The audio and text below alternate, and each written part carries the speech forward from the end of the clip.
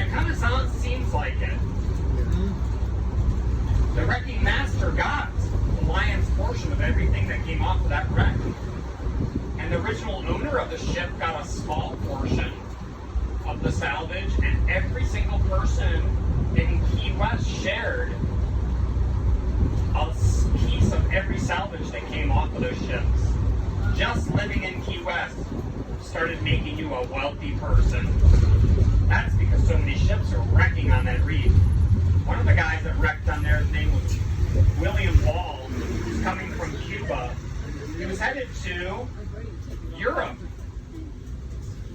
And they saved his life, brought him into Key West, but now he's stranded. Then he decides to open up a business here.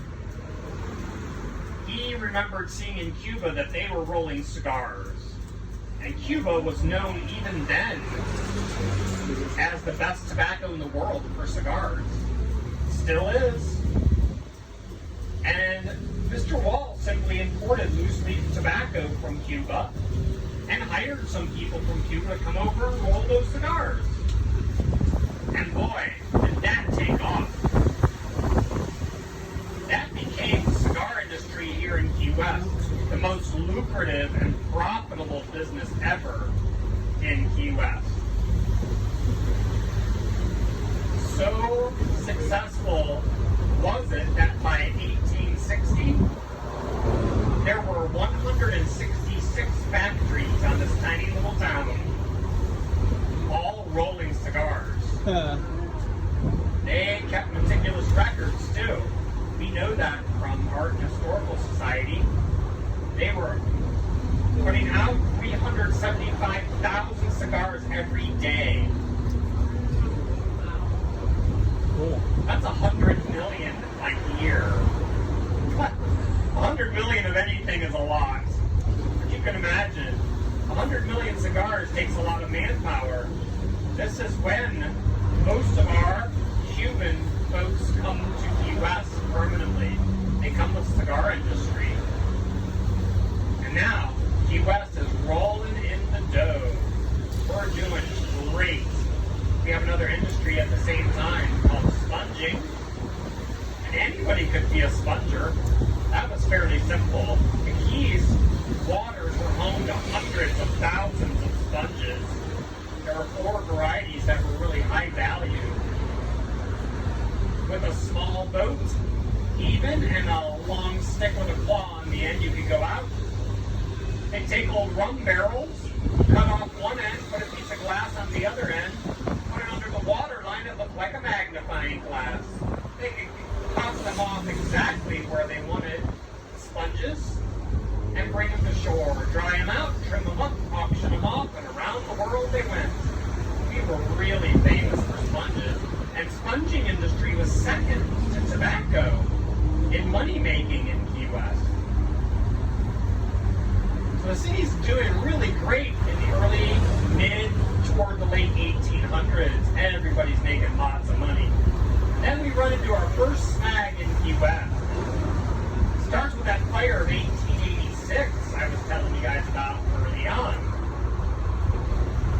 When it destroyed 70% of our town, it wiped out the docks, some ships, warehouses, and factories, people's homes, all kinds of stuff.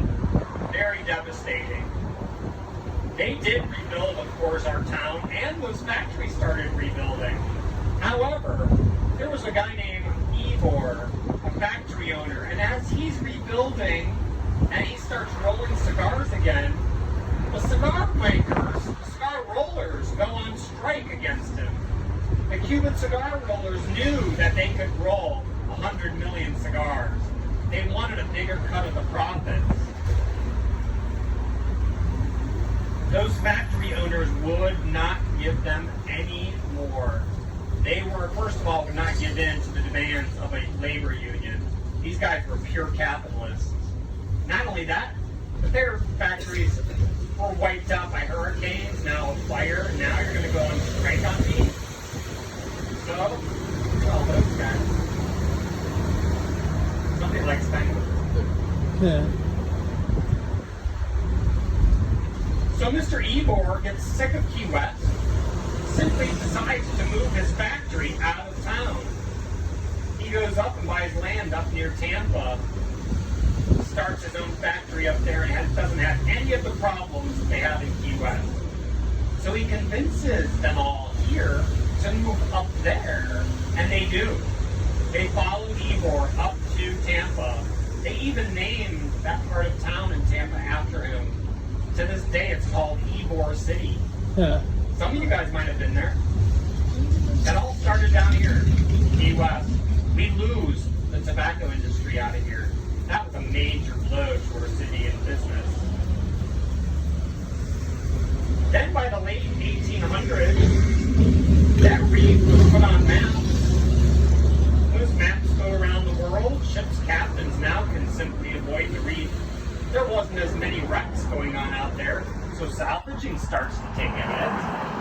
They even built lighthouses up along the reef. They're still there, a lot of them are.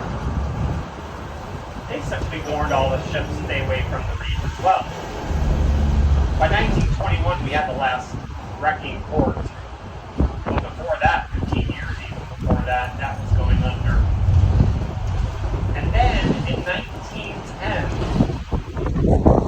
Key West experiences, all the Keys experience, a major red tide. It's a natural red algae bloom. Oh. And it blocks the sun from reaching the seabed floor. Those are natural living creatures, sponges are. And without the sun, it causes a massive sponge die-off. Strike 3. Now we lose our 3 industries here in the Keys. And we are going under fast. And along comes a guy that saves our city. His name's Henry Flagler, of the railroad fame, who's actually an industrialist from up north. And Henry Flagler partnered with John Rockefeller. Those guys started Standard Oil Company, making Henry Flagler one of the richest men in the